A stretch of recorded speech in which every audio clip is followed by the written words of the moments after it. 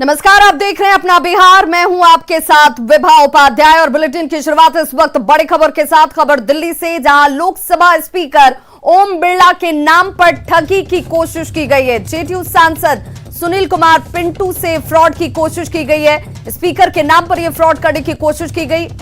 Lok Sabha speaker के नाम पर ठगों ने मैसेज किया, जिसमें स्पीकर के नाम का इस्तेमाल किया गया, ठगी की कोशिश की गई। ओम बिरला के नाम से यह ठगी का प्रयास किया गया है।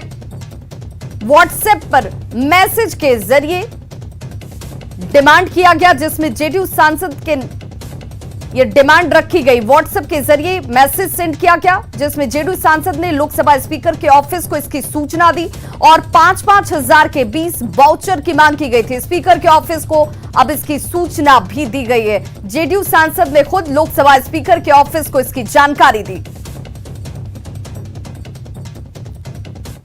जेडीयू सांसद सुनील कुमार पिंटू से, सर आपको व्हाट्सएप के जरिए कुछ ब्लैकमेल करने की कोशिश की गई है, क्या है पूरा वाकया और किनके नाम से आपके पास व्हाट्सएप आया था?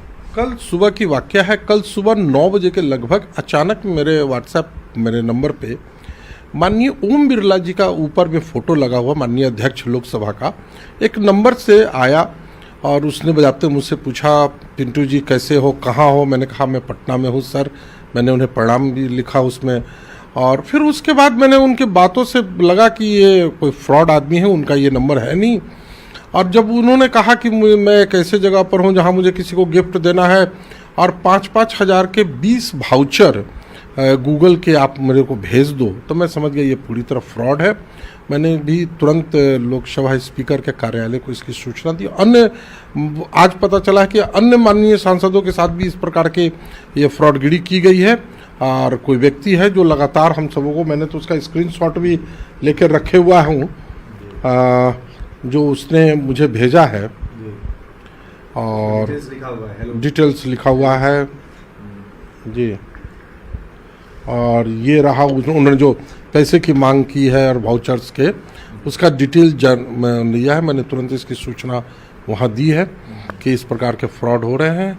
और जैसा कि शायद आपके चैनलों पे मैंने देखा कि शायद कुछ पर एक्शन हुआ है, और ये तो बहुत बड़ी गलत बात है कि एक लोकसभा के माननीय स्पीकर के नाम का यूज़ करना। अब मान लीजिए कि अगर हम 2-4 आदमी ऐसे हैं जो इस बात को थोड़ा सा केयर किए कि नहीं ये गलत हो रहा है, कोई अनजाने में होगा तो कुछ भेज भी सकता है, ये तो फ्रॉडगिरी है। ये साइबर बहुत क्राइम है, बहुत बड़ा। पुलिस को चाहिए इस पर करैक्शन लेना और इस प्रकार के किसी भी गणमान्य व्यक्ति के नाम का यूज ना हो, आगे से इस पर ध्यान रख लीजिए। लोकसभा स्पीकर के कार्यालय में जा करके आप इसकी शिकायत आपने की है। हाँ। और दूसरा, पुलिस स्टेशन में आप जाएंगे इसके बारे में डिटेल से? नहीं, मैंने उनके कार्यालय को जानकारी का, उनके कार्यालय से पुलिस को इन्फॉर्म की गई है, पुलिस एक्शन में। बहुत बहुत धन्यवाद। तो ये थे जेडीयू सांसद सुनील कुमार पिंटू। कैमरामैन विपिन के साथ अमितेश, न्यूज़ 18 दिल्ली। तो लोकसभा स्पीकर ओम बिरला के नाम पर यह ठगी करने की कोशिश की गई। बड़ी खबर खेसारी लाल से जुड़ी हुई, जिसमें अब इस आरोप पर सियासत गर्म हो गई है। खेसारी लाल के आरोपों पर इस वक्त सियासत गर्म है। मुख्यमंत्री नीतीश कुमार पर अब आरजेडी लगातार हमलावर। खेसारी लाल की शिकायत के मामले में अब आरजेडी लगातार हमला कर रही है।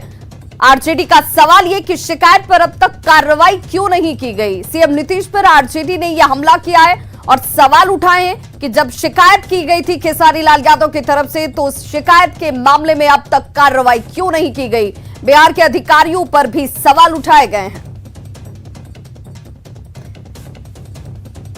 और देखिए, जो ट्वीट है वो इस वक्त आपके टीवी स्क्रीन पर भी, जिसमें यह हमला किया गया आरजेडी की तरफ से। मुख्यमंत्री नीतीश कुमार जी किस आदेश की प्रतीक्षा कर रहे हैं। खेसारी लाल जी को धमकी दी जा रही है, उनकी नन्ही सी बेटी को कुछ दानव रेप की धमकी दे रहे हैं। वीडियो सहित सबूत पब्लिक डोमेन में है। साथ ही साथ बिहार पुलिस के भ्रष्ट उच्च अधिकारी किस अनहोनी का इंतजार कर रहे हैं, ये भी इस ट्वीट के जरिए आरजेडी की तरफ से हमले के तौर पर।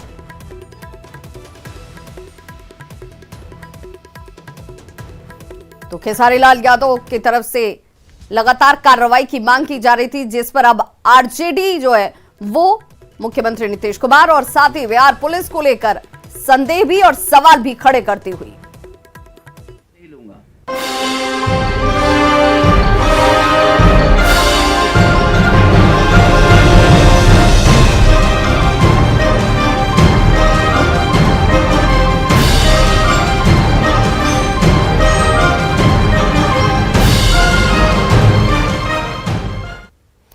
चुनावी रणनीतिकार प्रशांत किशोर ने बिहार में जन सुराज को लेकर अपने प्लान का खुलासा कर दिया है। उन्होंने किसी नई पार्टी का ऐलान तो नहीं किया, लेकिन ये संकेत जरूर दिए हैं कि वो अगले 3 से 4 महीनों में ऐसा कर सकते हैं। उन्होंने कहा कि बिहार को बदलने की सोच रखने वाले 17,000 से अधिक लोगों को जोड़ा गया है। वो सभी से चर्चा करेंगे और यदि इनमें से अधिकांश की राय बनती है तो किसी संगठन या फिर पार्टी का गठन किया जा सकता है। जन सुराज अभियान के तहत प्रशांत किशोर बिहार में पदयात्रा करेंगे। प्रशांत जी, पदयात्रा की नौबत क्यों आ गई बिहार में? इसमें नौबत का क्या है, हम लोगों ने जैसा आपको बताया कि 30 वर्ष के लालू जी और नीतीश जी के राज के बाद आज उन्होंने बहुत सारे अच्छे काम करे हैं, जैसे जिसकी मैंने चर्चा अभी की है। लेकिन उनके अच्छे कामों के बावजूद सच्चाई ये है कि 30 वर्ष के बाद देश में बिहार आज भी सबसे गरीब और सबसे पिछड़ा राज्य है। विकास के ज्यादातर मानकों पर बिहार आज देश में सबसे निचले पायदान पर है। तो उसको जो हमने पीछे 15 साल या 20 साल का जो रास्ता हमने तय किया है या जो रास्ता हमने अपनाया है, स्वाभाविक है कि अगर बिहार को अग्रणी राज्यों के श्रेणी में जाना है, अगर हमें 10 साल 15 साल में अपनी जर्नी अलग करनी है, तो उसके लिए एक नए सोच और नए प्रयास की जरूरत है।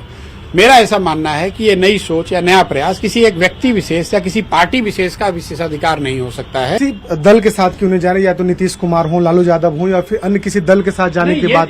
ये दल या जो नेता हैं जिनके साथ मैंने पहले काम भी किया है, इन्होंने तो पिछले 30 साल बिहार को चलाया है और इनके प्रयासों के बावजूद हम हैं जहां पर हैं। इनके प्रयासों के बावजूद बिहार की स्थिति जो है वो आपके हमारे सामने है। तो फिर उन्हीं दलों के साथ जाकर फिर वही प्रयास करने से तो कोई डिफरेंट रिजल्ट नहीं आ सकता है। मैं कोई दल बना नहीं रहा हूं, मैं सिर्फ ये कह रहा हूं कि इस सोच को लेकर पब्लिक में, जनता में हमें जाना है।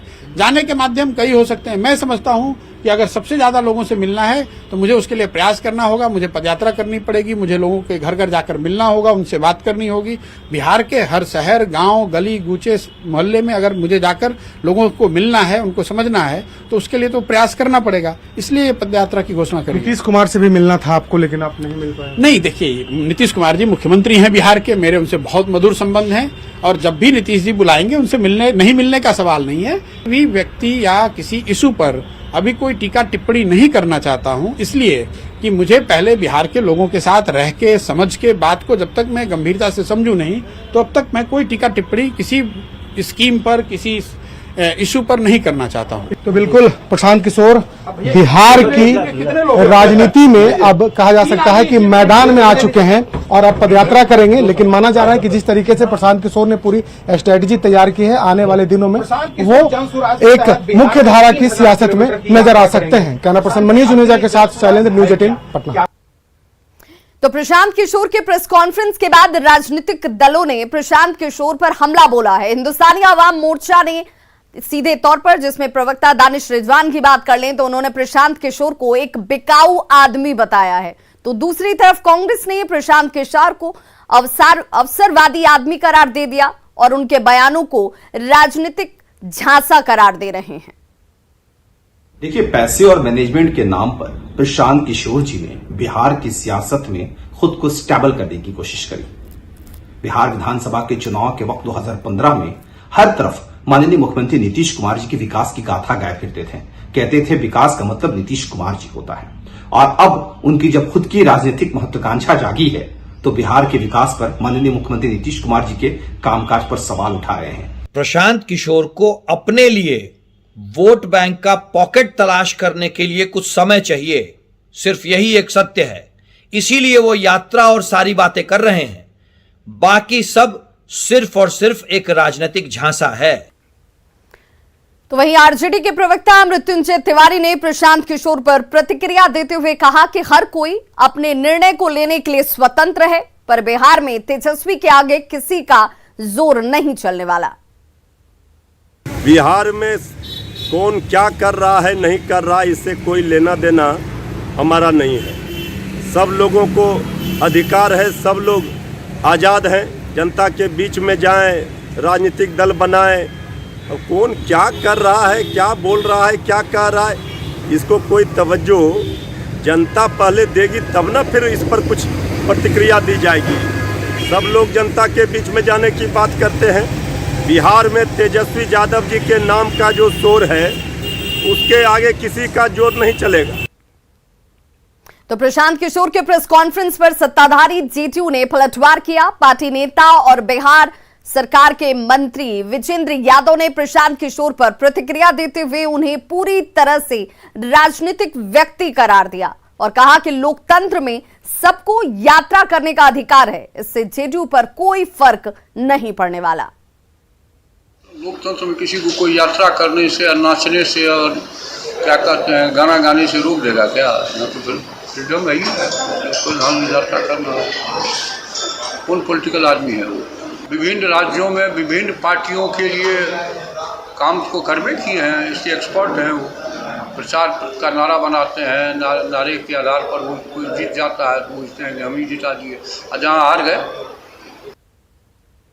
और अब बात सरकार की ओर से मिलने वाली सौगात की।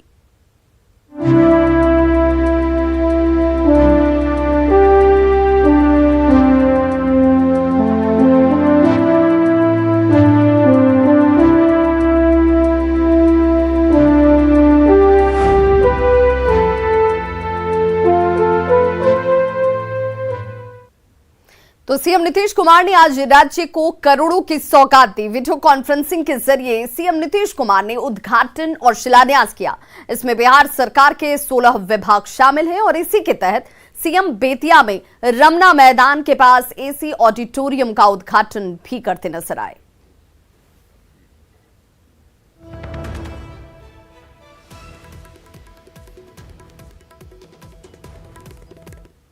अगर कौन किसी को ठेकेदारी दिए हैं और वो कोई काम कर रहा है तो देखना तो चाहिए ही हर समय कि ठीक से निर्माण कर रहा है कि नहीं कर रहा है। उसमें हर एक अधिकारियों को और इंजीनियर्स को इन सब चीजों को देखना चाहिए। और मेंटेनेंस का काम तो ये तो मेरी व्यक्तिगत इच्छा है। हम भी पढ़े हैं इंजीनियरिंग का, तो जरा याद रखिएगा सब इंजीनियर लोग कि हमको मौका मिल गया लोगों की सेवा का, तो कृपा करके हम लोगों की सेवा कर रहे हैं। तो मेरी बात सब इंजीनियर लोग मान लीजिए कि जरा मेंटेनेंस वाले काम में खुद भी पूरे तौर पर लग जाइए, नहीं तो सब जो है ठेकेदारे सब काम करता रहे। इसके लिए हम लोगों को और ज्यादा इंजीनियर और ज्यादा अधिकारियों की जरूरत होगी, उनकी नियुक्ति होगी, लोगों को खुशी होगी कि हमको सरकारी नौकरी मिली है। हम लोग तो चाहते हैं ज्यादा से ज्यादा और लोगों को सरकार में काम करने का मौका मिले। तो मोतिहारी में 44 करोड़ रुपए की लागत से बने विशाल ऑडिटोरियम का सीएम नीतीश कुमार ने वीडियो कॉन्फ्रेंसिंग के जरिए उद्घाटन किया। नवनिर्मित ऑडिटोरियम मोतिहारी नगर के कचहरी रोड में बना है। करीब 44 करोड़ रुपए की लागत से 2000 की क्षमता वाले इस ऑडिटोरियम में खेल, व्यायाम और मीटिंग की सुविधा है। चंपारण सत्याग्रह आंदोलन के 100 साल पूरे होने पर 2017 में इस ऑडिटोरियम की आधारशिला रखी गई थी। ऑडिटोरियम के उद्घाटन के मौके पर बिहार सरकार के मद्य निषेध मंत्री और पूर्वी चंपारण जिला प्रभारी मंत्री सुनील कुमार, पश्चिमी चंपारण के सांसद और बीजेपी प्रदेश अध्यक्ष संजय जायसवाल सहित कई विधायक मौजूद रहे। आज के शिलान्यास उद्घाटन समारोह विभाग द्वारा जो बनाया गया जो ऑडिटोरियम बना है, बहुत ही शानदार ऑडिटोरियम हरी को माननीय मुख्यमंत्री जी ने लोकार्पण किया है। इसके अतिरिक्त जिले में 9 और भवन का लोकार्पण हुआ है और हम समझते हैं इससे मोतिहारी की जनता को काफ़ी सहूलियत सुविधा होगी। इंदौर बहुत बेहतरीन है और भवन निर्माण विभाग जनता की ओर से भी हम धन्यवाद देना चाहेंगे। भागलपुर नगर निगम के सफाई कर्मियों ने नाथनगर थानाध्यक्ष पर मारपीट का आरोप लगाते हुए थाने का घेराव किया और आरोपी थानाध्यक्ष पर कार्रवाई की मांग की है। थाने का घेराव कर रहे सफाई कर्मियों के अनुसार थानाध्यक्ष सज्जाद हुसैन ने सफाई कर रहे निगम कर्मी ऋषि दास के साथ मारपीट की। जब उसने SC/ST थाने में घटना के विषय में आवेदन दिया तो उसका आवेदन स्वीकार नहीं किया गया। कर्मियों के हंगामे को देखते हुए मौके पर पहुंचे सिटी DSP ने मामले की जांच कर दोषी के खिलाफ कार्रवाई का आश्वासन दिया है। सफाई कर्मियों ने कहा कि यदि दोषी पर कार्रवाई नहीं हुई तो आगे भी विरोध प्रदर्शन जारी रहेगा। तो बोला कि हाँ यही फोटो था, तो फोटो से पता चल रहा है कि ये थाना प्रभारी जो सज्जाद हुसैन है उन्होंने इसको मारने का काम किया। और अभी भी अंदर जब हम लोग मुर्दाबाद उनका नारा लगा रहे हैं तो अभी भी वो गाली माँ बहन करके दे रहा है। अभी आप लोग यहाँ उपस्थित है उसके बावजूद भी। दूसरी बात हम लोग चाहते हैं कि जिस तरह से इस तरह का जानलेवा हमला किया है, इसके ऊपर मारने का काम किया है, उसको अनुसूचित जाति एक्ट के तहत उसके ऊपर उचित कार्रवाई करते हुए उसका बर्खास्त होना चाहिए थाना से। और उसको और अगर ऐसा नहीं करता है तो हम लोग फिर उग्र आंदोलन करेंगे पूरे शहर में। पर ये कुछ बोले, ज़्यादा कुछ बोले होंगे तो उसके बाद फिर क्या हुआ कि वो ट्रैक्टर को हटाने के लिए कहा गया, तो ट्रैक्टर को हटाया नहीं बल्कि 2-4 कदम आगे बढ़ा के बीच रोड पे ही ट्रैक्टर को लगा दिए। और लगाने के बाद ये ट्रैक्टर से उतर के भाग गए, जिसके कारण मिशन जाम लग गई। उसके बाद उसको थाना लाया गया था, जैसा पता चला थाना लाया गया था, फिर उसको छोड़ दिया गया था। लेकिन ये आज ये लोग थाना पे पहुंच गए थे और बोल रहे थे कि हमको बहुत पीटा है, मारा है, जिसके कारण इन लोगों के द्वारा एक आवेदन दिया गया है हमको। ऋषि कुमार नाम है, जो ड्राइवर है उसका नाम ऋषि कुमार दास नाम है। सीतामढ़ी में जानकी महोत्सव को लेकर लोगों में उत्साह का माहौल देखा जा रहा है। 9 मई को जानकी महोत्सव का आयोजन किया जाना है और इसे लेकर मां जानकी की जन्मस्थली पुनौरा धाम में जानकी मंदिर को सजाया संवारा गया है। तैयारियों का जायजा लिया न्यूज़ 18 संवाददाता राकेश कुमार ने। मैं इस वक्त मौजूद हूं सीतामढ़ी के पुनौरा धाम में, और पुनौरा धाम को लेकर धार्मिक मान्यता ये है कि जब राजा जनक ने हल चलाया था तो इसी पवित्र स्थल से माता सीता प्रकट हुई थी। हम आपको एक तस्वीर दिखाने की कोशिश करते हैं कि जानकी महोत्सव को लेकर सीतामढ़ी के पुनौरा धाम की जो रौनकता है वो देखते ही बनता है। जो मंदिर है उसको बेहतर तरीके से सजाने और संवारने का काम किया गया है, और आप तस्वीर देख सकते हैं। जानकी महोत्सव को लेकर यहाँ पर बड़ी तादाद में लोगों के आने का सिलसिला और लगातार जारी है, और लोगों में एक अजब सा उत्साह कायम है कि वो अपनी बेटी का जानकी महोत्सव के रूप में उनके जो जन्म तिथि है उसको मनाने का काम करेंगे। धूमधाम से पूरे शहर को सजाया जाएगा, और आगामी 9 मई को विशेष कार्यक्रम आयोजित किया गया है, और लगातार कार्यक्रमों का जो दौर है वो प्रतिदिन जारी है। और आप तस्वीर देख सकते हैं, रंग बिरंगी जो लाइटें हैं उसके जरिए मंदिरों को सजाया गया है, संवारा गया है, और मंदिर की सुंदरता देखते ही बनती है। और बड़ी तादाद में लोग यहाँ आ रहे हैं और भगवान राम और माता सीता की पूजा अर्चना कर रहे हैं। दूर दूर से पर्यटकों के भी आने का सिलसिला यहाँ लगातार जारी है, और लोगों में एक अजब सा उत्साह देखने को मिल रहा है कि जानकी महोत्सव को वो लोग विशेष तौर पर मनाने का काम करें। हमारे साथ कुछ लोग हैं, उनसे बात करते हैं और जानने की कोशिश करते हैं कि किस तरह की तैयारी है, किस तरीके की तैयारी है। हमारे यहाँ मंदिर के अभी जो वर्तमान सचिव महोदय है, अनुमंडल पदाधिकारी के ही द्वारा मंदिर का रंग रोगन और लाइट का डेकोरेशन किया गया है। सर सफाई की जितना भी जिम्मेवारी अनुमंडल महोदय खुद अपनी मॉनिटरिंग में कर रहे हैं, और रोज आके यहाँ मॉनिटरिंग कर रहे हैं और पूरी देखरेख कर रहे हैं। और हमारे जो जानकी नवमी के उत्सव जो मनाया जाएगा, 10 तारीख के जानकी नवमी उत्सव है, जो सरकार की तरफ से भी जानकी महोत्सव मनाया जाएगी।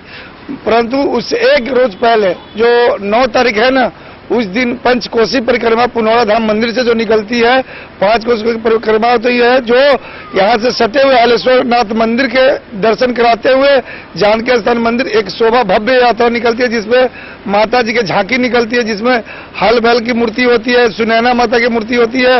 लोग भाव विभोर है माता सीता के जन्मोत्सव मनाने को लेकर। राकेश रंजन, न्यूज़ 18 सीतामढ़ी। तो खबरों का सिलसिला लगातार जारी है, आप देखते रहिए न्यूज़ 18 बिहार झारखंड।